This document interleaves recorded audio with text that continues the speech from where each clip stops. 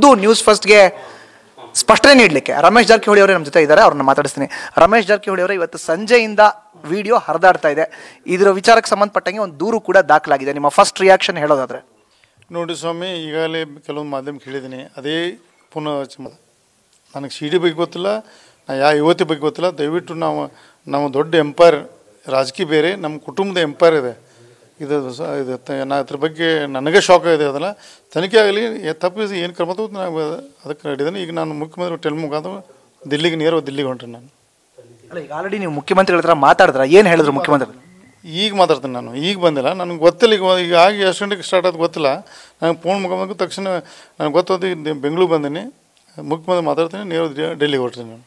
ಈಗ ಕಾಂಗ್ರೆಸ್ ನಿಮ್ಮ ಅಧಿಕೃತ ವಿರೋಧ ಪಕ್ಷ, ಎಲ್ಲ ಶಾಸಕರು, ಕಾಂಗ್ರೆಸ್ ಮುಖಂಡರು ನಿಮ್ಮ ರಾಜೀನಾಮೆಗೆ ಆಗ್ರಹ ಮಾಡ್ತಿದ್ದಾರೆ. ರಮೇಶ್ ಜಾರಕಿಹೊಳಿ ಅವರೇ, ರಾಜೀನಾಮೆ ಏನು ನನಗೆ ವಿಷಯನ ನಾನು ವಿಡಿಯೋ ನೋಡಿಲ್ಲ, ಅದ್ರ ಬಗ್ಗೆ ವಿಷಯ ಗೊತ್ತಿಲ್ಲ.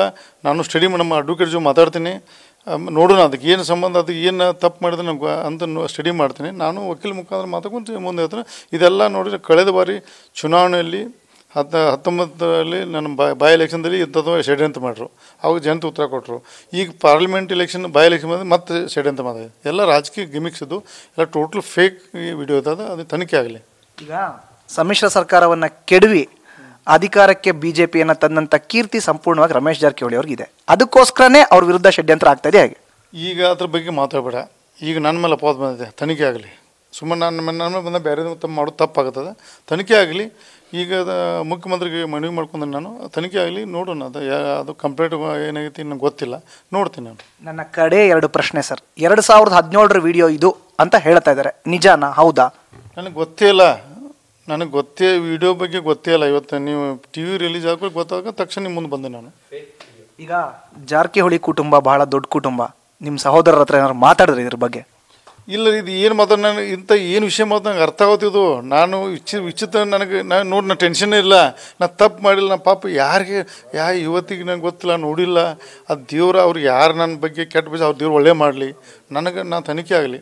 ನನಗೆ ಈ ಥರ ನಾನು ದೇವ್ರ ಸರಿಯಾಗಿ ನಂಗೆ ಏನೂ ಗೊತ್ತಿಲ್ಲ. ನಾನು ನೇರವಾಗಿ ನಿಮ್ಮ ಬಂದು ಮಾತಾಡ್ತೇನೆ. ನನ್ನ ಕಡೆ ಪ್ರಶ್ನೆ, ಈ ಒಂದು ವಿಚಾರಕ್ಕೆ ಸಂಬಂಧಪಟ್ಟಂತೆ ಜಾರಕಿಹೊಳಿ ಅವರ ಮುಂದಿನ ನಡೆ ಹೇಗಿರುತ್ತೆ, ಏನಿರುತ್ತೆ, ಏನು ಹೇಳ್ತೀರಿ ಜನಕ್ಕೆ, ನಿಮ್ಮ ಕ್ಷೇತ್ರದ ಜನಕ್ಕೆ, ಒಟ್ಟಾರೆ ರಾಜ್ಯದ ಜನಕ್ಕೆ, ಜಲಸಂಪನ್ಮೂಲ ಸಚಿವರಾಗಿ, ಜೊತೆಗೆ ನಿಮ್ಮ ಎದುರಾಳಿಗಳಿಗೆ? ನೋಡಿ, ಈಗ MLA ಮಂತ್ರಿ ಬಿಡಿ, ನಾ ಜಾರಕಿಹೊಳಿ ಆಗಿ ನಮ್ಮ ಮೇಲೆ ಇಟ್ಟಂಥ ವಿಶ್ವಾಸ ಆ ಕುಟುಂಬಕ್ಕೆ ಧಕ್ಕೆ ಬರೋದಾದ್ರೆ ನಾನು ಏನು ಯಾವ ತಾಯಕ್ಕೂ ಸಿದ್ಧತೀನಿ. ಕುಟುಂಬದೇ ನನ್ನ ಒಂದು ದೊಡ್ಡ ಮಣಿತನ. ಈ ರಾಜಕಾರಣ ಬರ್ತೈತೆ ಹೋಗಿ ಬೇರೆ, ಕುಟುಂಬದಲ್ಲಿ ಇಂಥದ್ದು ಅದು 100% ಫೇಕ್ ಇದೆ ಅದು. ಈಗ ನಾನು ನೋಡಿಲ್ಲ, ನೋಡಿದ ಫೋನ್ ಮಾಡಿದ್ರು, ಅದು ಜೋಡಿಸ ಕಾಣ್ತೈತೆ. ನಿಮ್ಮ ಪ್ರೆಸ್ ಅವ್ರು ತೊಡೆ ಮಂದಿ ಹೇಳಿದ್ರು ನಮ್ಮ ಬ್ರದರ್ಸ್ಗೆ, ಅದು ಈಗ ನೀವು ಇದು ಮಾಡಿರಿ, ತನಿಖೆ ಮಾಡಿ ಅಂತ ತಾಣ ಹೊರಬಿಡ್ತೈತೆ ಅಂದ್ರೆ. ನನ್ನ ಮರಿ ಮೇಲೆ ನೋಡಿ ನನ್ನ ಟೆನ್ಷನ್ ಅದ. ನಾನು ಏನೂ ಇಲ್ಲ, ಬೇರೆ ಇಂಥ ದೊಡ್ಡ ಇಶ್ಯೂ ಇಟ್ಟು ಹೆದರ್ಬೇಕು. ನಾನು ಏನೂ ವಿಚಾರ ಮಾಡಿಲ್ಲ, ನೇರವಾಗಿ ಬಂದನೆ ಮುಖ್ಯಮಂತ್ರಿ ಮಾತಾಡ್ತೀನಿ, ಡೆಲ್ಲಿಗೆ ಹೊಂಟೀನಿ ವರಿಷ್ಠ ಭೇಟಿಯಾಗಿ. ಅಲ್ಲ, ಈಗ ರಾಜೀನಾಮೆ ಮಾತೇ ಇಲ್ಲ. ನೋಡ್ರಿ, ಯಾಕೆ ನಾನು ತಪ್ಪು ಮಾಡಿಲ್ಲ? ನನ್ನ ಬಾಯಿಲಾಕೆ ಬರ್ತೈತೆ ಅದು? ನಾನು ತಪ್ಪು ಮಾಡಿಲ್ಲ. ನಾ ಯಾಕೆ ರಾಜೀನಾಮೆ ವಿಚಾರ ಮಾಡಲಿ ಸ್ವಾಮಿ? Thank you sir. ಇದು ರಮೇಶ್ ಜಾರಕಿಹೊಳಿ ಅವರ first reaction. Camera person Byresh Tiptur ಜೊತೆ ಮಧುಸೂದನ್, ನ್ಯೂಸ್ ಫಸ್ಟ್ ಕನ್ನಡ, ಬೆಂಗಳೂರು.